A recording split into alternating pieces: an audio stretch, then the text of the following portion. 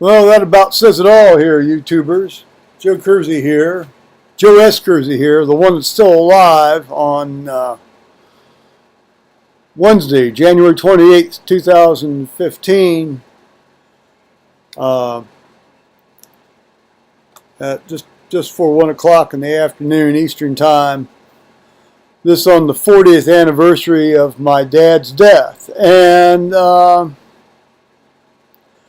probably about 2 hours after he actually died. He probably died around 11:15 in the morning that day.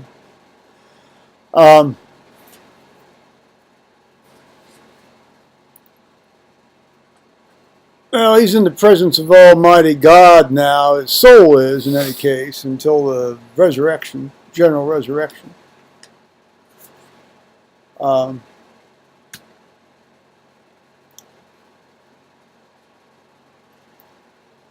He was born in 1910 on March 9th to a fellow who was, his dad was a rural mail carrier. He delivered the U.S. mail in a carriage, pulled by horses. Or a horse. There's a great picture of my granddad holding the rein to a horse. He's standing over on one side of the picture, and the horse and the mail buggy are standing on the other side of the picture, and you've got this sort of, catenary arc of the rein going between my granddad's hand and the horse's muzzle, because my granddad did not like horses. My dad, on the other hand, did. My granddad thought they were very perverse creatures.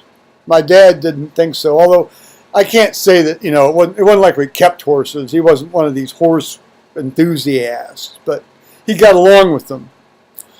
He didn't think they were continually out to kill him, which has always been my experience with horses when I've been around them.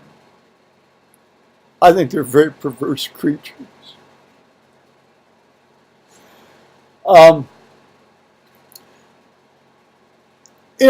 By the standards of the time, seeing how his mother was also one of the very early telephone exchange operators. They actually had one of the early telephone exchanges in their house. The ones where they've got the little wires they pull out and plug in and connect and run the various party lines that they had at the time. And so you've got both parents working. The one fellow's got a government job. He's got a government job, and his mother works for the phone company, which are still even today are considered very good jobs. So, by the standards of the time, these were, short of them being in the professional class of people, such as a physician or a lawyer. Or, at that time, school teachers were considered professional classes of people. Well, they still really are, but they weren't paid commensurate to their social status, which is still also the case, by the way. These were very solidly middle class people.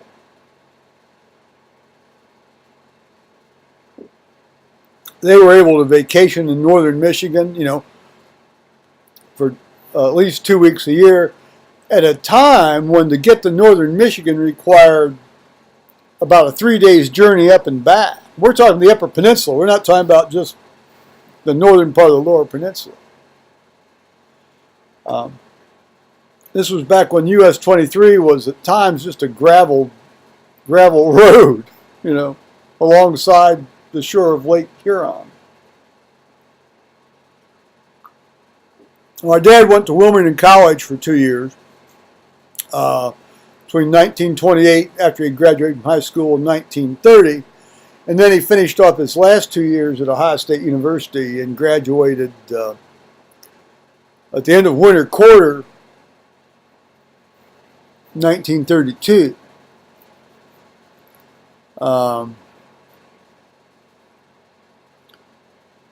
When he got his degree, and his final degree was in agriculture, vocational agriculture, and he taught vocational agriculture for 30 years at Lebanon High School. When he was at Ohio State, he lived in the cattle barn most of the time, taking care of the cattle. And then in the summertime, I think he must have gone to school at least one quarter in the summer. But in the summertime and when he was at Wilmington College, and I think maybe the first year he was at Ohio State, he worked on these road gangs, building and maintaining the county roads. In fact, there's a hill that goes up down the side of the Little Miami River Valley outside of Argonia, Ohio, where he was born and grew up. And he said he helped build that road. And when I say build the road, I don't mean like, they just sort of shoveled the stuff off the side after the bulldozer. I mean, these guys dug the road out. It was a depression. He said he got like a nickel an hour. He says, he'd get 60, 70 cents a day.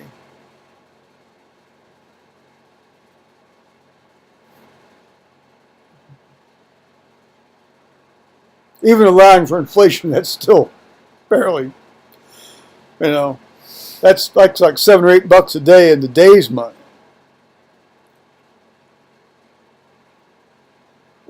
Well, interestingly enough, though, it's interesting. He was actually in a fraternity at Wilmington College. I don't think he kept that up when he was at Ohio State, but I guess once in a fraternity, always in a fraternity.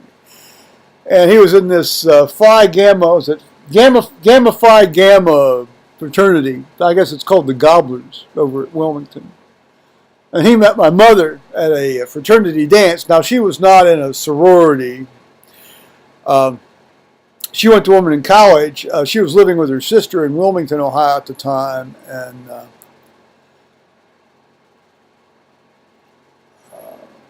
she kept his fraternity pin, which was a celluloid fraternity pin, sort of inside her jewelry box. It's still very hard for me to wrap my head around the fact that, well, it's not too hard to envision my dad having a good time sort of drinking and dancing, but it sure as hell is hard. I have a hard time envisioning my mother dancing, let alone drinking. I mean, I never saw her take but about a total of 8 ounces of beer in her entire life. Well, that's because of her father's history. Well, that's a separate story. But my dad got a job outside, after he graduated, teaching vocational agriculture at Lebanon High School. And he taught vocational agriculture in 1962 until the enrollment numbers dropped to the point they couldn't justify keeping the program anymore. Plus the shop that he also sort of taught some shop stuff like, machining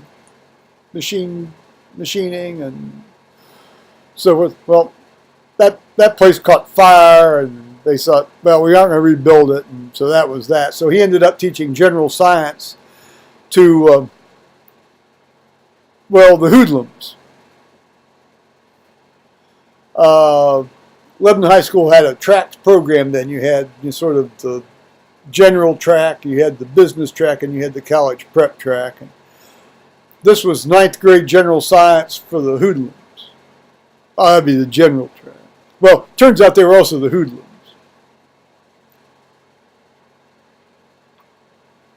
My dad liked to run a tight ship. And as a result, after 1962, my sister went away to school there in 1961, so she missed the bulk of this.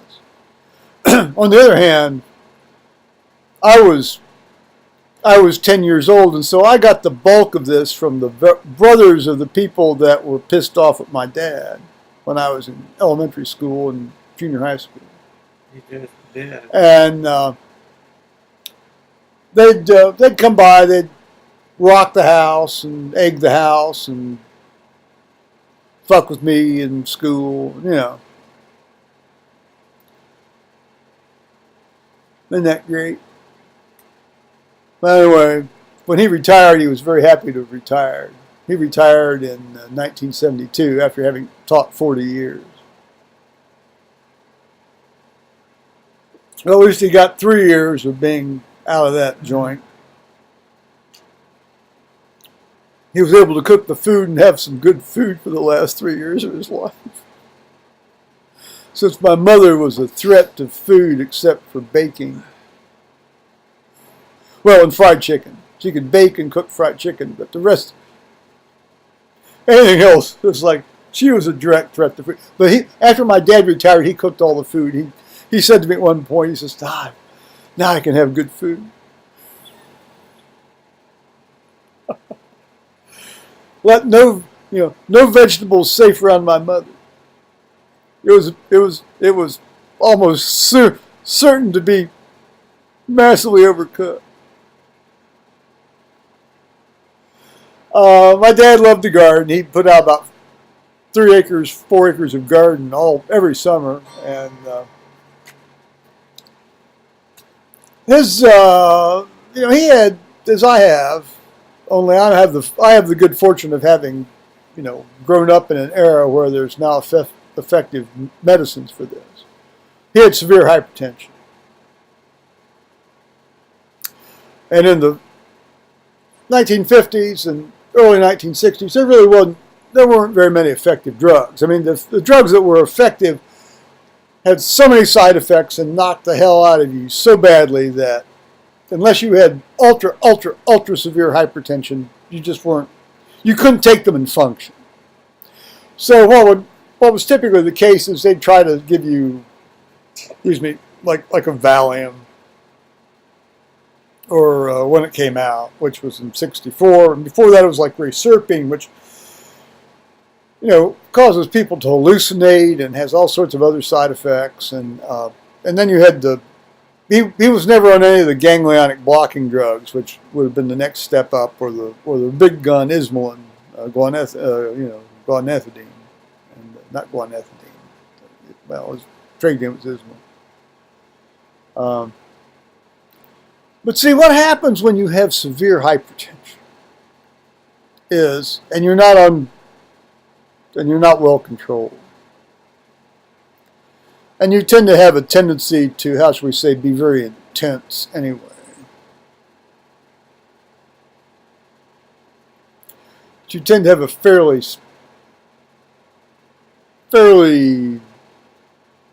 robust temper, let's put it that way.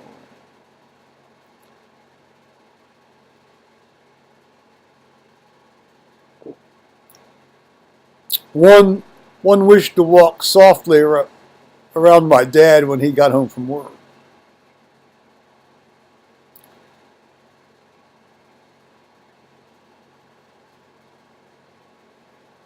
I bear him no ill will on that at all. That's just, he's in there dealing with these hoodlums. Half the class some days was in the jail. So when I say hoodlums, I'm not, nowadays you'd call them thugs. But, thugs nowadays also has sort of a racist connotation to it.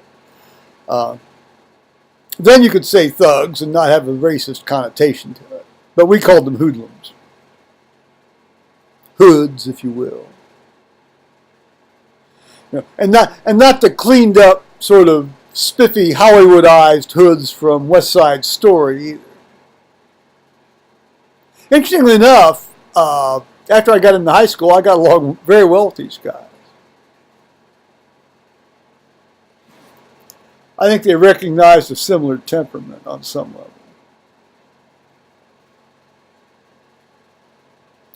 Well,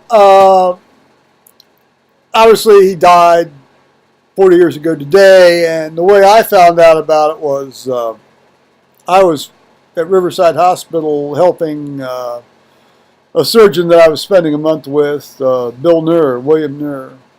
I think I was holding a retractor on a gallbladder. Well, I don't know, maybe a hemorrhoid, sort of off to the side, and it was a case. We were doing a case. I was helping with a case, and it was around was probably about 1 o'clock I got the phone call. Well, they actually put the phone call into the operating room. Well, this is just almost unheard of for a medical student. I was a medical student at the time to get a phone call in the operating room. Of course, everybody sort of raises their eyes and looks at me, and I'm thinking, oh shit, what's happened? What's this? And well, it was my Aunt Madeline, my mother's sister, who had called and persisted enough to get through to find me, track me down. And she says, he's gone.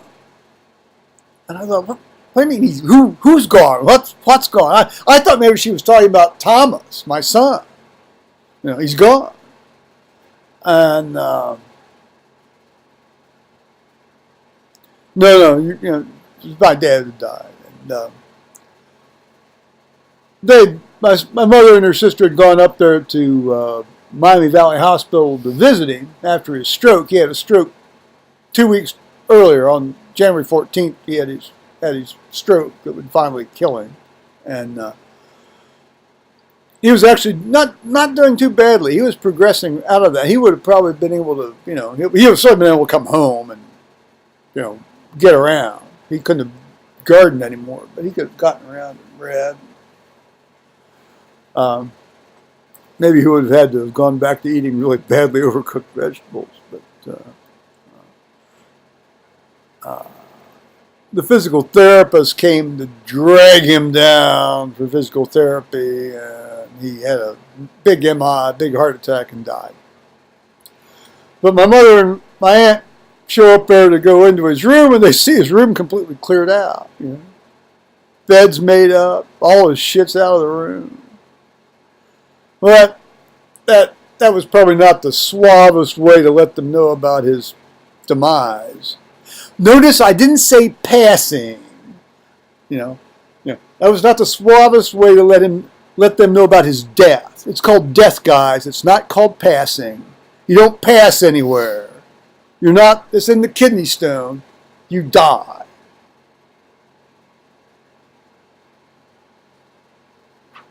You don't pass, you die. We will all rise again at the resurrection. But until that time, our souls are in the presence of Almighty God. So we still know and see everything. I only got through the funeral by remaining just, 8 molecules of alcohol short of insensateness for the next 3 or 4 days.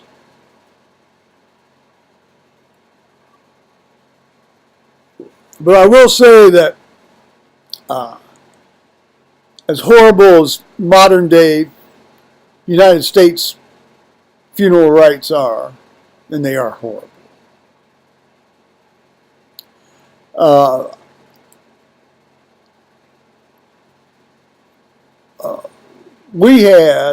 my dad had about 600 people lined up for 3 blocks down the street to get in at the visitation. All of these people he had taught for the most part.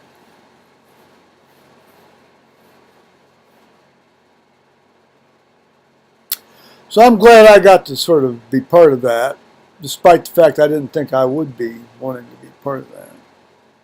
Though nobody wants to be part of that, is it? Really. But it's a necessary part of things. Good Lord, it was cold that day when we buried him. We buried him on the 31st of January. Oh, good grief.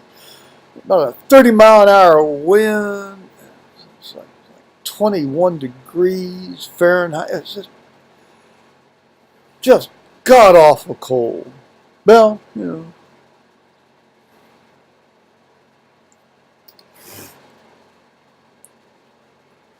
Well, so on that note here, YouTubers,